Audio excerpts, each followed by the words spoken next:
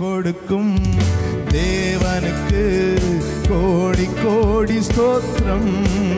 எனக்கு வாழ்வளிக்கும் இயேசு ராஜாவுக்கு வாழ்நாள் எல்லாம் ஸ்தோத்திரம். ஜெயம் கொடுக்கும் தேவனுக்கு கோடி கோடி ஸ்தோத்திரம். வாழ்வளிக்கும் இயேசு ராஜாவுக்கு வாழ்நாள் எல்லாம் ஸ்தோத்திரம். கர்த்தருடைய மகா பரிசுத்த நாமம் மகிமையுடையதாக. இந்த ஜெயத்த நேர நிகழ்ச்சிக்கு உங்கள் அனைவரையும் இயேசு கிறிஸ்துவ நாமத்தினாலே வாழ்த்தி வரவேற்கிறேன். சற்று நேர சிந்தனைக்காக நாம் எடுத்துக்கொண்ட வேதபதி கலாத்தியர் 5ஆம் அதிகாரம் 22 வாசிக்கிறேன். ஆபின் கனியோ அன்பு, சந்தோஷம், சமாதானம், நீடிய பொறுமை, தயவு, நற்குணம், விசுவாசம், சாந்தம், இச்சையடக்கம், இப்படிப்பட்டவர்களுக்கு விரோதமான பிரமாணம் ஒன்றுமில்லை. கிறிஸ்துவனுடையவர்கள் தங்கள் மாம்சத்தையும் அதன் ஆசை இச்சைகளையும் சிலுவையிலே அறைந்திருக்கிறார்கள். ஜெபிப்போம். அன்பும் கிருபையும் இரக்கம் நிறைந்தங்கள் அருமை பிதாவே, ஆசீர்வதிக்கப்பட்ட நல்ல வேலைக்கு ஆமை சோத்தரிக்கிறோம், துதிக்கிறோம். இந்த வார்த்தைகள் மூலமாக நீங்கள் தாமே எங்களோடு பேச வேணுமா ஜெபிக்கிறோம். உடைய வல்லமையான வார்த்தைகளாக வெளிப்பட வேணுமா ஜெபிக்கிறோம். பருத்திலிருந்து ஆமேன் ஒவ்வொருவருக்கும் தேவையான மன்னாவை நீங்கள் தாமே பொழிந்தல்ல வேணுமா ஜெபிக்கிறோம். கத்தா ஒவ்வொரு இருதயத்தோடு இடைபடுங்க, பேசுங்க. எங்களை தாழ்த்தி உடைய சமூகத்திலே தருகிறோம். சகல துதிகனமை மேல் நமக்கே செலுத்துகிறோம். இயேசுவின் மூலம் ஜெபங்கள் அன்பு நிறைந்த பரமபிதாவே, ஆமென். ஆவியின் கனிகளை பற்றி நம்ம சிந்தித்து கொண்டிருக்கிறோம். அதில் கடைசி கனியாகிய இச்சை அடக்கம் என்கிற கனியை பற்றி நம்ம சிந்திக்க இருக்கிறோம். இச்சை அடக்கம் உள்ளவளாக இருக்கணும். நம்ம எல்லாவற்றிலும் இச்சை அடக்கம் உள்ளவளாக இருக்க வேண்டும் என்று வேதம் சொல்லுகிறது. நம்ம இச்சை அடக்கம் உள்ளவங்களாக இருக்கணும். ஆவியின் கனிகளுக்கு விரோதமான பிரமாணம் ஒன்றுமில்லை. கிறிஸ்துவனுடையவர்கள் தங்கள் மாம்சத்தையும் அதன் ஆசை இச்சைகளையும் சிலுவையிலே அறைந்திருக்கிறார்கள். பழைய மனிதனை புதைத்து விட்டு புதிய மனிதன் எழும்புவதுதான் ஞான ஸ்நானத்துக்கு அடையாளமாக இருக்கிறது. பழைய மனிதனை களைந்து இயேசுவை தரித்து கொள்வது. இயேசுவை தான் நம்ம வெளிப்படுத்தணும். இயேசு எவ்வளோ பரிசுத்தம் உள்ளவராக இருந்தாரோ அதே போல் நாமும் பரிசுத்தம் உள்ளவர்களாக இருக்க வேண்டும். பரிசுத்தம் இல்லாமல் ஒருவரும் தேவனை தரிசிக்க முடியாது. கிறிஸ்துவனுடையவர்கள் தங்கள் மாம்சத்தையும் மாம்ச எண்ணங்கள் அதன் ஆசை இச்சைகள், மாம்சத்தின் இச்சைகள், உலகத்தின் இச்சைகள், இதுவே எல்லாவற்றையும் சிலுவையிலே அறைந்திருக்கிறார்கள். ஆமென். நான் சிலுவையிலே அறையப்பட்டிருக்கிறேன், இனி வாழ்வது நான் அல்ல, கிறிஸ்துவே என்னில் வாழ்கிறார். கிறிஸ்துவை போல நம்ம வாழ்வதற்காக அழைக்கப்பட்டிருக்கிறோம். கிறிஸ்து நம்மை அழைக்கும் போதே அவருடைய சாயலாக நம்மை மாற்றும்படியாக அழைத்திருக்கிறார். அவருடைய மகிமையின் சாயலை நாம் அடையும்படியாக அழைத்திருக்கிறார். எனவே இந்த உலகத்திலே நாம் ஜீவிக்கும் போது பரிசுத்தம் உள்ளவளாக ஜீவிப்பது அவசியமாக இருக்கிறது. மாம்சத்தின் கிரியைகளை நம்ம நிறைவேற்றுகிறவளாக இருக்கக்கூடாது. மாம்ச இச்சைகளை நிறைவேற்றுகிறவளாக இருக்கக்கூடாது. மனதை விரும்பினபடியே நாம் நடக்கக்கூடாது. ஆவிக்கிறவளாக நம்ம ஜீவிப்பது அவசியமாக இருக்கிறது. தேவனுக்கு பிரியமானவர்களாக நாம் ஜீவிப்பது மிக அவசியமாக இருக்கிறது. இயேசுவுக்கு பிரியமானதை நாம் செய்ய இருக்கணும். கற்பனைகளை கைக்கொள்ளுகிறவர்களாக இருக்க வேண்டும். எனவே நம்ம மாம்சத்தையும் அதன் ஆசை இச்சைகளையும் சிலுவையில் அறைய வேண்டும். மாம்சம் சாக வேண்டும். மாம்சத்தின் சிந்தனைகள் சாக வேண்டும். மாம்ச இச்சைகள் சாக வேண்டும். மாம்சத்தின் ஆசைகள் சாக வேண்டும். அப்போதான் நம்ம பரிசுத்தமாக ஜீவிக்க முடியும். ஆமீன். இப்படி நாம் ஆவிக்கேற்ற பிரகாரமாக பிழைத்திருக்கணும். ஆவிக்கேற்றபடி தான் நடக்கணும். மாம்சத்துக்கு ஏற்றபடி நடக்கக்கூடாது. மாம்சம் அதனுடைய இச்சைகளை நிறைவேற்றுவதற்காக துடிக்கும். அந்த மாம்ச இச்சைகளை சிலுவையில் அறைந்து விட்டு அதை விட்டு தேவனுக்கு உகந்தவர்களாக பரிசுத்தமாக ஜீவிப்பதற்கு நாம் முயற்சி செய்யணும். பரிசுத்த ஆவியானவர் தான் நமக்கு உதவி செய்ய முடியும். தேவனுடைய வார்த்தையை படித்து அதன் மூலமாக நடப்பதற்கு நம்ம ஒப்பு கொடுப்பதன் மூலமாக தேவன் அதற்கு உதவி செய்கிறவராக இருக்கிறார். எனவே நம்முடைய வேத வாக்கியங்களை நாம் வாசிப்பது மிக அவசியமாக இருக்கிறது. ஜெபிப்பது மிக அவசியமாக இருக்கிறது. சாத்தானை மேற்கொள்வது அவசியமாக இருக்கிறது. சாத்தான் தான் இந்த இச்சைகளை எல்லாம் கொண்டு போடுகிறவன். மூல காரணமாக இருக்கிறவன் அவன் தான். ஆதி மனிதனை பாவத்துக்கு உட்படுத்தினது இந்த இச்சை தான். தேவன் நல்லவளாக தான் மனிதனை படைத்தார். பரிசுத்தம் உள்ளவங்களாக காணப்பட்டார்கள். தேவனோடு பேசுகிறவர்களாக காணப்பட்டார்கள். தேவனோடு நல்ல உறவுள்ளவர்களாக காணப்பட்டார்கள். சாத்தான் அவர்களை வஞ்சித்து போட்டான். அவர்களை இச்சையை காட்டி அந்த பழத்தை புசிக்க வைத்து அது இச்சிக்கத்தக்கது என்று அவளை உணர வைத்து அப்படி அவளை விழப்பண்ணினான். அதே போல தான் இன்றைக்கு அதே சாத்தான் ஒவ்வொருவரையும் சோதிப்பதற்காக இந்த உலகத்திலே சுற்றி திரிகிறவனாக காணப்படுகிறான். அவனுடைய முதல் நோக்கம் மனிதர்களை பாவத்திலே விழ தள்ள வேண்டும், அவர்களை எப்படியாவது நரகத்துக்கு தள்ள வேண்டும் என்பது அவனுடைய நோக்கமாக இருக்கிறது. அப்படி தேவன் பரிசுத்தமாய் படைத்தவற்றை பரிசுத்தமாய் படைத்தவற்றை அவர் அசுத்தமுள்ளதாக மாற்றுகிறார். எனவே அவன் எப்படி மனிதனை விழத்தள்ளலாம் என்று இருக்கும்போது பரிசுத்த ஆவியானவர் வைராக்கிய வாஞ்சையாக நமக்கு உதவி செய்ய வல்லமை உள்ளவராயிருக்கிறார். எனவே பரிசுத்த ஆவியை சார்ந்து கொள்ள வேண்டும், வேத வசனத்தை சார்ந்து கொள்ள வேண்டும். வேத வசனத்தை நம்முடைய இருதயத்தை வைத்து இருதயத்தை பரிசுத்தமாக காத்துக்கொள்ள வேண்டும். நம்ம இந்த உலகத்திலே நாம் வாழ்கிற வாழ்க்கை ஒரு பந்தயத்துக்கு ஒப்பாக இருக்கிறது. எனவே பந்தயத்துக்கான பரிசை பெறும்படியாக நாம் ஒவ்வொரு நாளும் ஓட வேண்டியது அவசியமாக இருக்கிறது. 1 கொரிந்தியர் 9:25 பந்தயத்துக்கு போராடுகிற யாவரும் எல்லாவற்றிலையும் இச்சை அடக்கம் உள்ளவர்களாக இருப்பார்கள். அவர்கள் அழிவுள்ள கிரீடத்தை பெறும்படி அப்படி செய்கிறார்கள். நாமும் அழிவில்லாத கிரீடத்தை பெறும்படி அப்படி செய்கிறோம். பந்தயத்துக்கு போராடுகிறவர்கள், ஒரு பந்தயம் இருக்கிறது, ஒரு போட்டி இருக்கிறது, அவன் ஒரு ஓட்ட பந்தயம் இருக்கிறது, அல்லது ஏதோ ஒரு போட்டி இருக்கிறது. அந்த போட்டிக்கு அவன் போராடுகிற அல்லது இந்த ஓட்ட பந்தயத்தில் ஓடுகிற யாவரும் எல்லாவற்றிலும் இச்சை அடக்கம் உள்ளவங்களாக இருப்பாங்க. அவங்களுக்கு வாழ்க்கையில் ரொம்ப தன்னுடைய சரீரத்தை பாதுகாப்பது மிக அவசியமாக இருக்கிறது. பவுல் சொல்கிற அந்த மேலான அந்த உயிர்த்தெழுதலில் பங்கு கொள்ளும்படியாக என்னுடைய சரீரத்தை அடக்கி ஒடுக்குகிறேன் அப்படின்னு சொல்கிறார். நம்ம சரீரத்தில் மாம்ச எண்ணங்கள் அழிந்து போகணும்.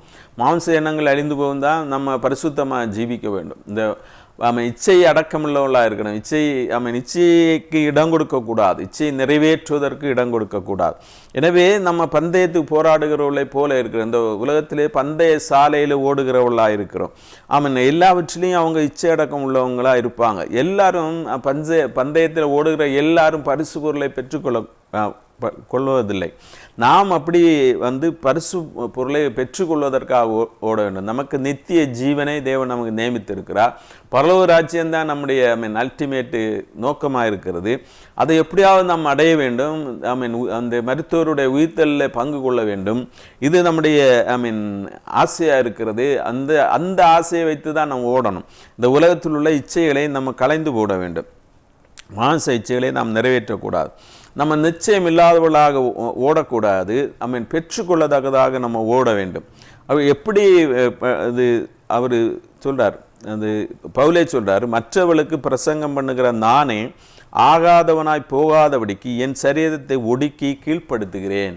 அந்த சரீரத்தை ஒடுக்கினா சரீர இச்சைகளை, சரீரத்தில் உள்ள மாம்ச எண்ணங்களை அதை ஒடுக்கி கீழ்ப்படுத்துகிறேன், அதை மேற்கொள்ளுகிறேன், அவற்றை எல்லாம் மேற்கொள்ளுகிறேன் அப்படியே சொல்லப்பட்டுகிறது. எனவே நம்ம அழிவில்லாத கிரீடத்தை பெறுவதற்காக தேவன் தருகிற அழிவில்லாத கிரீடத்தை பெறத்தக்கதாக பொறுமையோடு நம்முடைய ஓட்டத்தை ஓட வேண்டும். இச்சை அடக்கம் உள்ளவர்களாக ஓட வேண்டும். இச்சை அடக்கம் உள்ளவங்களாக ஓடினாதான் நாம் பெற்றுக்கொள்ள முடியும். உலகத்தில் உள்ளவர்களையும் நம்ம அன்பு கூறக்கூடாது. உலகம் நம்மை பாவத்துக்கு நேராக இழுக்கிறதாக இருக்கிறது. எனவே உலகத்துக்கு நேராக ஓடக்கூடாது. தேவனை, இயேசுவை முன்வைத்து ஓடணும். இயேசு தான் சொல்லியிருக்கார், நானே வழியும் சத்தியமும் ஜீவனுமாக இருக்கிறேன். அந்த இயேசுவை பின்பற்றி நம்ம ஓடுகிறவர்களாக இருக்கணும். 1 யோவான் 2:15-16 உலகத்தில் உள்ளவைகளிலும் அன்பு கூறாதிருங்கள். ஒருவன் உலகத்தில் அன்பு கூர்ந்தால் அவனிடத்தில் பிதாவின் அன்பில்லை. ஏனெனில் மாம்சத்தின் இச்சைகளும் கண்களின் இச்சையும் ஜீவனத்தின் பெருமையுமாகிய இவ்வுலகத்தில் உள்ளவைகள் எல்லாம் பிதாவினால் உண்டானவைகள் அல்ல, அவைகள் உலகத்தினால் உண்டானவைகள். உலகமும் அதன் நிச்சயம் ஒளிந்து போம். தேவனுடைய சித்தத்தின்படி செய்கிறவனோ என்றென்றைக்கும் நிலைத்திருப்பான். அப்படின்னா இந்த உலகத்தை பார்த்து ஓடக்கூடாது. உலகத்தில் உள்ளவைகளில் அன்பு கூறாதிருங்கள். ஒருவன் உலகத்தில் அன்பு இருந்தால் அவரிடத்தில் பிதாவின் அன்பில்லை. நம்ம உலகத்தையே நேசித்து பிதாவை நேசித்து ஓட முடியாது. தேவனை நேசித்து உலகத்தை நேசித்து ஓட முடியாது. உலகத்தில் உள்ளவைகள் அன்பு கூறாதிருங்கள். இங்கே நம்முடைய நிலையான நகரம் இங்கே இல்லை. நமக்கு நிலையான நகரம் பரலோகத்தில் இருக்கிறது. அங்கே தான் அங்கிருந்து நம்முடைய இயேசு மீண்டும் நம்மை சேர்த்துக்கொள்ள போகிறார். எனவே இந்த உலகத்தில் அன்பு கூறாதுங்க. நம்முடைய வேரூன்றி இந்த உலகத்தில் இருந்தராதிங்க. இந்த உலகத்தில் உண்டானவைகள் எதுனா மாம்சத்தின் இச்சைகள், கண்களின் இச்சைகள், ஜீவனத்தின் பெருமை, இதையெல்லாம் உலகத்தின் உண்டானது. இது பிதாவினால் உண்டானவைகள் அல்ல. இதெல்லாம் அழிந்துவோம். உலகமும் அதன் இச்சைகளும் ஒளிந்துவோம். தேவனுடைய சித்தத்தின்படி செய்கிறவனோ என்றென்றைக்கு நிலைத்திருப்பான். பரிசுத்த ஆவியானவருடைய ஆளுகைக்கு நம்ம கொடுத்து பரிசுத்த ஆவியானவர் நம்மை நடத்தும் போது ஆமென் என்றென்றைக்கு நிலைத்திருப்பான்னு சொல்லப்படுகிறது. நித்திய ஜீவன் ஆமென் யுகா யுகங்களாக இயேசுவோடு வாழ்கிற வாழ்க்கையை அவர் நமக்கு தருகிறவராக இருக்கிறார். எனவே நம்ம இந்த கடைசி காலத்திலே எச்சரிக்கை உள்ளவர்களாக விழிப்புள்ளவர்களாக ஜீவிப்பது அவசியமாக இருக்கிறது. சாத்தான் நம்முடைய மனதிலே எண்ணங்களை கொண்டு போட்டு இச்சைகளை கொண்டு போட்டு இச்சையான எண்ணங்களை கொண்டு போட்டு நம்மை வீழ்த்த நினைக்கும் போது தேவனுடைய சமூகத்தில் காத்திருந்து ஜெபித்து நம்ம ஜெயம் எடுக்கிறவர்களாக இருக்கணும். ஒவ்வொரு நாளும் அதிகாலையிலே தேவனுடைய சமூகத்தில் காத்திருக்கிறவர்களாக இருக்கணும். நம்ம ஆவிக்கிறவர்களாக ஜீவிக்கிறவர்களாக இருக்கணும். அப்படி ஆவிக்கிறவர்களாகிய ஜீவிக்கும் போது தான் தேவனுடைய ராஜ்யத்துக்கு நம்ம தகுதி உள்ளவர்களாக மாற முடியும். எனவே நம்ம தேவனுக்கு உகந்தவளாக ஜீவிப்போம். தேவனுக்கு உகந்தவளாக ஜீவிப்பது மிகவும் அவசியமாக இருக்கிறது. தேவனுக்கு ஏற்றவளாக ஜீவிப்பது மிகவும் அவசியமாக இருக்கிறது. அப்படி நம்ம ஆவிக்கிறவர்களாக ஏற்று நடந்து கொள்வது மிகவும் அவசியமாக இருக்குது. கலாத்தியர் 5:16 இப்படி சொல்லுகிறது, பின்னும் நான் சொல்லுகிறது என்னவென்றால், ஆவிக்கேற்றபடி நடந்து கொள்ளுங்கள், அப்பொழுது மாம்ச இச்சையை நிறைவேற்றாது இருப்பீர்கள். மாம்சம் ஆவிக்கு விரோதமாகவும் ஆவி மாம்சத்துக்கு விரோதமாகவும் இச்சிக்கிறது. நீங்கள் செய்ய வேண்டும் என்று இருக்கிறவைகளை செய்யாதபடிக்கு இவைகள் ஒன்று கொண்டு விரோதமாய் இருக்கிறது. ஆவியினால் நடத்தப்படுவீர்களானால் நீங்கள் நியாயப்பிரமாணத்துக்கு கீழ்ப்பட்டவர்கள் அல்ல. இப்போ மாம்சத்தின் கிரியைகளை நம்ம நிறைவேற்றக்கூடாது. மாம்சம் ஆவிக்கு விரோதமாக போராடு ஆவி மாம்சத்துக்கு விரோதமாக போராடுகிறது. ரெண்டும் ஒன்று கொண்டு போராடுகிறது. மாம்சத்தை நம்ம மேற்கொள்ளணும். பரிசுத்த ஆவினாலே மாம்ச சிந்தைகளை மாம்ச இச்சைகளை நம்ம மேற்கொள்வர்களாக இருக்கணும். ஆவிக்கேற்றபடி நடந்து கொள்ளுங்கள், அப்பொழுது மாம்ச இச்சையை நிறைவேற்றாதீர்கள். நம்ம மாம்ச இச்சையை எப்போ நிறைவேற்றாமல் இருக்கணும்னா ஆவிக்குள்ளாய் ஜீவிக்கணும். பரிசுத்த ஆவிக்குள்ளே நடத்தப்படுபவர்களுக்கு ஆக்கினை தீர்ப்பில்லை அப்படிதான் சொல்கிறேன். எனவே நம்ம பரிசுத்த ஆவினால் நடத்தப்பட வாஞ்சிக்கணும். நம்முடைய மாம்ச இச்சையின்படி நடக்கக்கூடாது. மாம்சம் விரும்பினபடி நடக்கக்கூடாது. மாம்சத்தின் கிரியைகளை நம்ம நிறைவேற்றக்கூடாது. மாம்சமும் ஆவியும் ஒன்று கொண்டு போராடுகிறதா இருக்குது. நம்ம ஆவியினாலே நடத்தப்படுகிறவர்களாக இருக்கணும். அப்போது மாம்சத்தின் கிரியைகளை நம்ம மேற்கொள்ள முடியும். இது பெரிய போராட்டமாக இருக்கிறது. உலகத்தில் எல்லாருக்குமே இது பெரிய போராட்டமாக இருக்கிறது.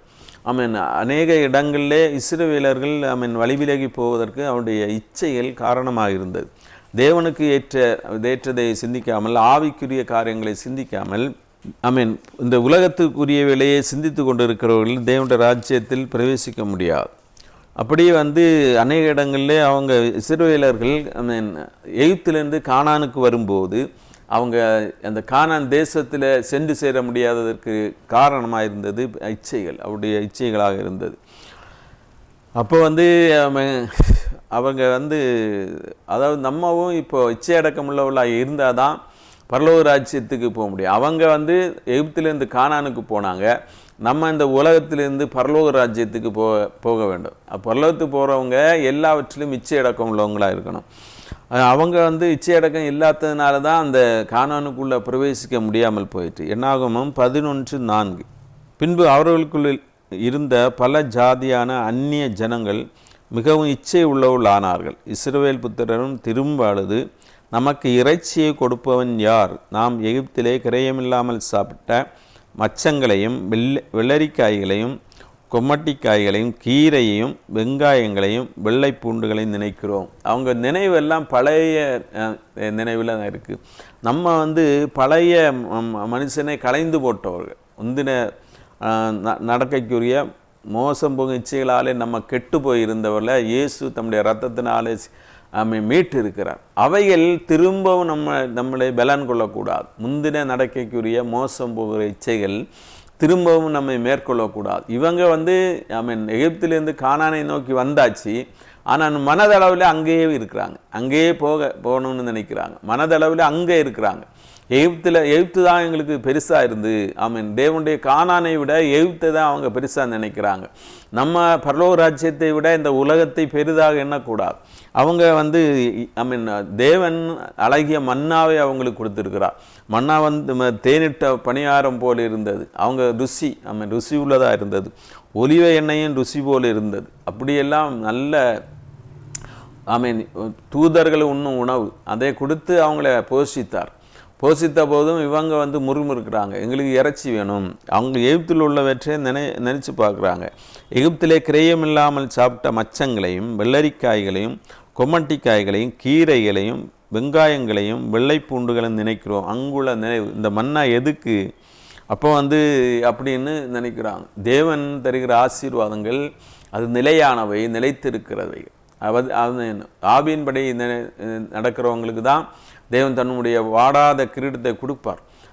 அங்கே போனால் பல பரிசுகள் நமக்கு காத்திருக்கிறது. இந்த உலகத்தில் நம்முடைய இஷ்டப்படி ஜீவிச்சாச்சுன்னா அங்குள்ள பரிசுகளை நம்ம இழக்க நேரிடும். எனவே நம்ம இச்சையின்படியே, நம்முடைய இச்சையின்படி நடக்கக்கூடாது, தேவனுடைய சித்தத்தின்படியே நடக்கணும். அப்போ வந்து அவங்க அழுறாங்க, புலம்புறாங்க, முறுமுறுக்கிறாங்க, மோசையின் மேலே முறுமுறுக்கிறாங்க, மோசையை அவங்கள பிரச்சனைக்குள்ளாக்குறாங்க, குழப்பத்துக்குள்ளாக்குறாங்க.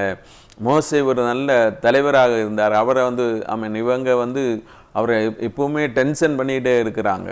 அப்படி வந்து நம்முடைய ஜனங்கள் இருக்கிறாங்க. எப்போதுமே நம்ம தேவனுடைய தாசர்களுக்கு, தேவனுடைய மனிதர்களுக்கு ஆதரவாக இருக்கிறவங்களாக இருக்கணும். அவங்களுக்கு விரோதமாக நம்ம இருக்கிறவங்க இருக்கக்கூடாது. எப்போவுமே ஆதரவாக தான் இருக்கணும். அதுதான் நம்மளுடைய தேவையாக இருக்கிறது. நம்ம இந்த தேவனுடைய பிள்ளைகளாக ஆவிக்குரியவர்களாக ஜீவிக்கும்போது இந்த உலகத்தில் உள்ளவைகளை எண்ணி பார்க்கக்கூடாது. உலகத்தில் அதுதான் பெருமை என்று எண்ணக்கூடாது. நம்ம வந்து ஐஸ்வர்யவாகணும்னு சொல்லி அதிலே அமிழ்ந்து போகக்கூடாது. ஐஸ்வர்யத்தை குறித்த இது இச்சைகள், சாப்பாடை குறித்த இச்சைகள். சிலருக்கு சாப்பிட்டாலே திருப்தி வராது.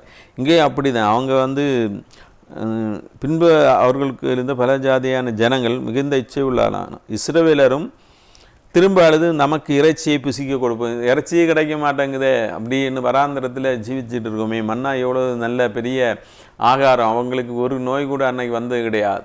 இப்போ வந்து தேவன் சொன்னார் இறைச்சியை தருவேன், ஆனால் வந்து அதன் மூலமாக நம்ம வந்து ரொம்ப இச்சிக்கும்போது தேவன் அது தந்தாலும் அதன் மூலமாக நமக்கு ஒரு தீங்கு தான் உண்டாகிறது. தேவனிடத்தில் வந்து நம்ம அதாவது என்ன சொல்கிறது, தேவன் தருகிற ஆசீர்வாதத்தை மேன்மை என்று எண்ண வேண்டும். இன்னும் அதிக இச்சையான காரியங்களுக்காக நம்ம செபித்து அதை பெற்றுக்கொண்டு தேவனுடைய ஆசீர்வாதங்களை இழக்கிறவர்களாக இருக்கக்கூடாது. தேவனிடத்தில் தீங்கு அனுபவிக்கிறவர்களாக இருக்கக்கூடாது. அவங்க வந்து இச்சையோடு பல காரியங்களை கேட்குறாங்க. அப்போ வந்து தேவன் வந்து அதை கொடுத்தாலும் அவங்களுக்கு அதனால் தீங்கு வருது. ஒரு வாதை வந்து அநேகரை அழித்து போடுகிறது. அப்படி வந்து நம்ம தீங்கு அனுபவிக்கிறவர்களாக இருக்கக்கூடாது. நம்ம இச்சை உள்ளவர்களாக இருக்கக்கூடாது. சரீரத்துக்கு தேவையானவர்களையே நாடிக்கொண்டு இருக்கக்கூடாது. நம்ம ஆவிக்குரியவர்களாக ஜீவிப்பதற்கு நம்ம முயற்சி செய்யணும். அப்போ தான் தேவன் நம்மை ஆசீர்வதிக்க முடியும். எனவே வந்து சங்கீதத்திலே இதை பற்றி எழுதும்போது சங்கீதம் 78:18 இப்படி சொல்லுகிறது, தங்கள் இச்சைக்கு ஏற்ற போஜனத்தை கேட்டு தங்கள் இருதயத்திலே தேவனை பரீட்சித்தார்கள். தேவனை பரீட்சித்தார்கள். ஒரு நாளும் தேவனை நம்ம சோதனை பண்ணி பார்க்கக்கூடாது. தேவனை தங்களுடைய இச்சைக்கு ஏற்ற உணவை கேட்டு தேவனை அவங்க வந்து பரீட்சை பண்ணாங்க.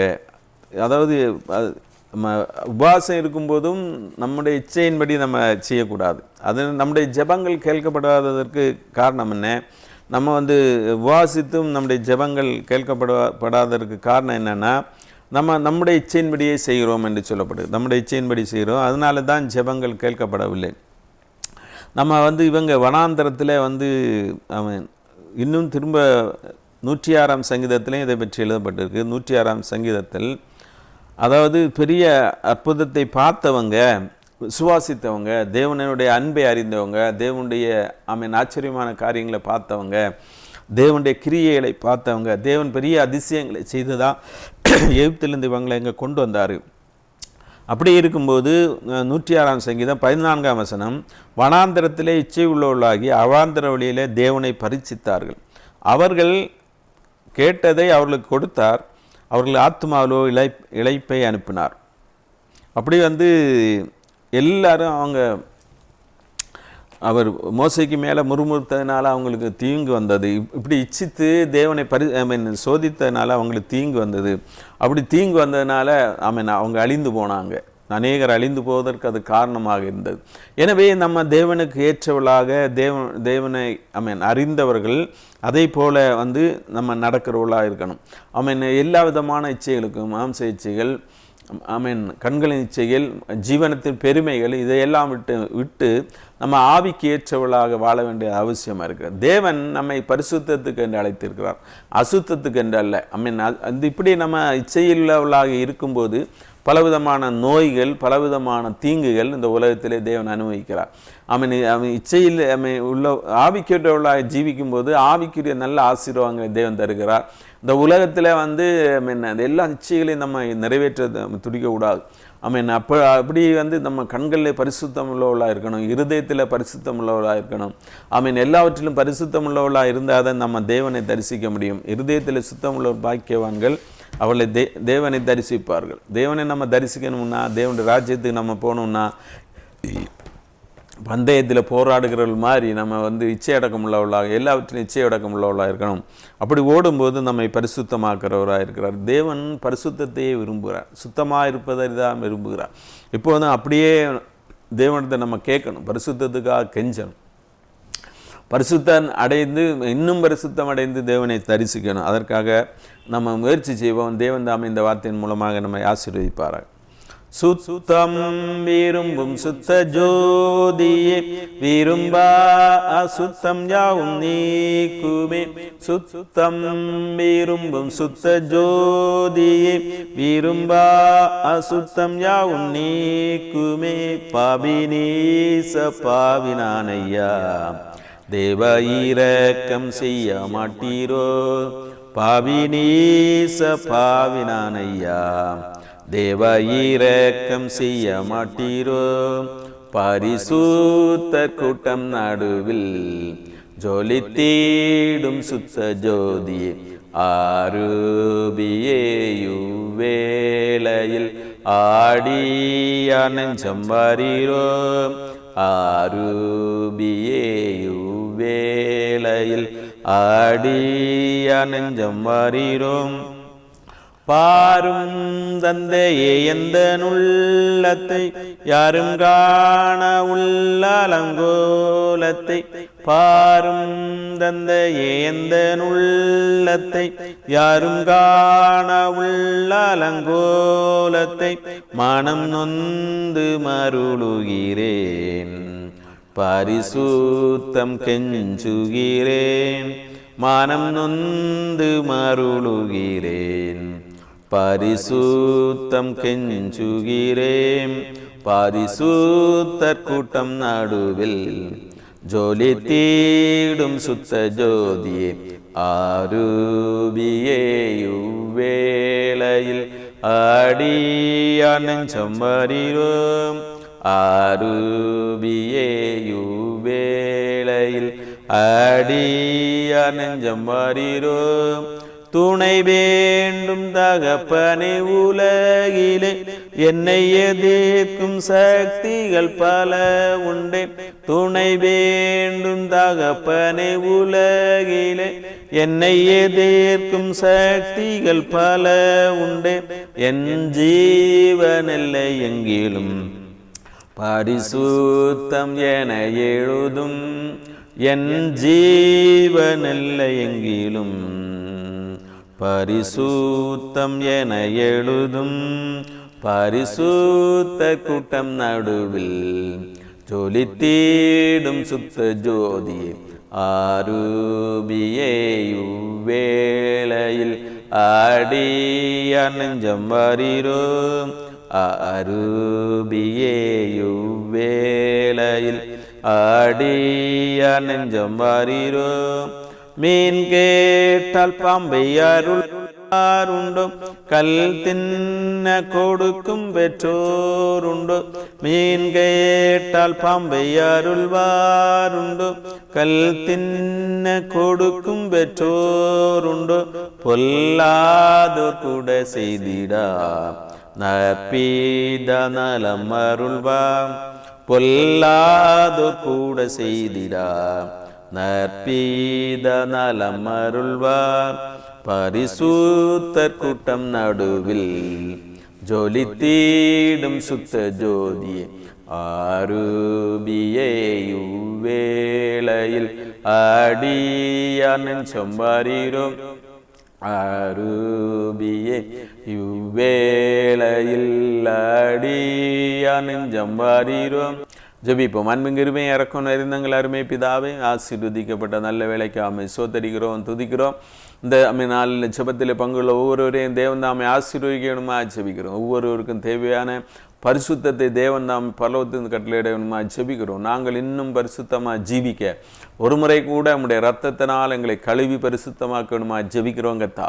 பரிசுத்த ஆவியானவரே, நாங்கள் இந்த உலகத்துள்ள இச்சைகளை எல்லாவற்றையும் மேற்கொள்ள, உலகத்தின் ஆசை இச்சைகளை மேற்கொள்ள பரிசுத்த ஆவியானவர் எங்களுக்கு உதவி செய்யணுமா ஜெபிக்கிறோம். தேவனே, நாங்கள் என்றும் வெற்றியுள்ளா ஜீவிக்க உங்களுடைய கிருபையை அதீதமாக தர வேணுமா ஜெபிக்கிறோம். ஒவ்வொருவரையும் ஆசீர்வதிங்க. ஒவ்வொருவருக்கும் தேவையான நன்மையிலே தேவன் தாமை கட்டளையிட வேணுமா ஜெபிக்கிறோம். பலவீனத்தோடு சுகவீனத்தோடு ஆஸ்பத்திரிகளும் வீடுகளும் இருக்கிறவர்களுக்காக ஜெபிக்கிறோம். எல்லாரையும் தேவன் தாமை ஆசீர்வதிக்கணுமா ஜெபிக்கிறோம். எல்லாருக்கும் தேவையான நன்மைகளை தேவன் பரலோகத்திலிருந்து கட்டளையிடணுமா ஜெபிக்கிறோங்கத்தா. சுகவீனமாக இருக்கிறவர்களுக்கு தேவன் தாமே தெய்வீக சுகத்தை கட்டளையிடணுமா ஜெபிக்கிறோம். அற்புதமான சுகத்தை கட்டளையிடணுமா ஜெபிக்கிறோம். இப்போதே நம்முடைய வல்லமை அனுப்பி அவளை குணமாக்கணுமா ஜெபிக்கிறோம். ஆஸ்பத்திரியிலும் வீடுகளில் இருக்கிறவர்களே இயேசு தொட்டு சுகமாக்கணுமா ஜெபிக்கிறோங்கத்தா. பாவத்துக்குள்ள இருக்கிறவர்கள் பரிசுத்தமாக ஜீவிக்க கிருபை கொடுக்கணுமா ஜெபிக்கிறோம். ரட்சிக்கப்படாதவர்கள் ரட்சிக்கப்பட தேவன் இரக்கம் செய்யணுமா ஜெபிக்கிறோம். பலவிதமான தேவைகள் இருக்கிற தேவைகளை தேவன் தாமை சந்தித்து தர வேணுமா ஜெபிக்கிறோம். எல்லாரையும் ஆசீர்வதிங்க. என்னென்ன தேவைகளுக்காக ஜெபிக்கிறார்களோ எல்லாவற்றையும் தேவன் தாமே நிறைவேற்றி கொடுக்கணுமா ஜெபிக்கிறோம். கிருபையுள்ளவரையும் சோத்தரிக்கிறோம், துதிக்கிறோம். ஆமீன். ஆண்டவராய் உதவிகளின் திக்கிட்ட பிள்ளையும் தேவன் தாமை ஆதரிக்க வேணுமா ஜெபிக்கிறோம். வீடுகள் இல்லாமல் ஆகாரம் இல்லாமல் இருக்கிறவர்களுக்கு வீடுகளையும் ஆகாரத்தையும் தேவன் கட்டளையிட வேணுமா ஜெபிக்கிறோம். ஒவ்வொருவரையும் போஷித்து நடத்த வேணுமா ஜெபிக்கிறோங்கத்தா. எல்லா தேவைகளையும் சந்தித்து கொடுங்க. கவலைகள் பாரத்தோடு இருக்கிறவருடைய கவலைகள் பாரங்களை துக்கங்களை ஏக்கங்களை தேவன் மாற்றி போடணுமா ஜெபிக்கிறோம். ஆசீர்வாதங்களை அர்ப்பணமா ஜெபிக்கிறோம். எல்லா தீமைகளுக்கும் விலைக்கு பாதுகாத்துக்கொள்ளும். எங்களை முற்றிலுமாக தாழ்த்தி உடைய சமத்தில் தருகிறோம். சகல துதிகரமை மேல் நமக்கு செலுத்துகிறோம். இயேசுவின் மூலம் ஜெபங்கள் அன்பிறந்த பரமபிதாவே, ஆமென். ஜெயம் கொடுக்கும் தேவனுக்கு கோடி கோடி ஸ்தோத்திரம். வாழ்வழிக்கும் இயேசு ராஜாவுக்கு வாழ்நாளெல்லாம் ஸ்தோத்திரம். ஜெயம் கொடுக்கும் தேவனுக்கு கோடி கோடி ஸ்தோத்திரம். வாழ்வழிக்கும் இயேசு ராஜாவுக்கு வாழ்நாளெல்லாம் ஸ்தோத்திரம்.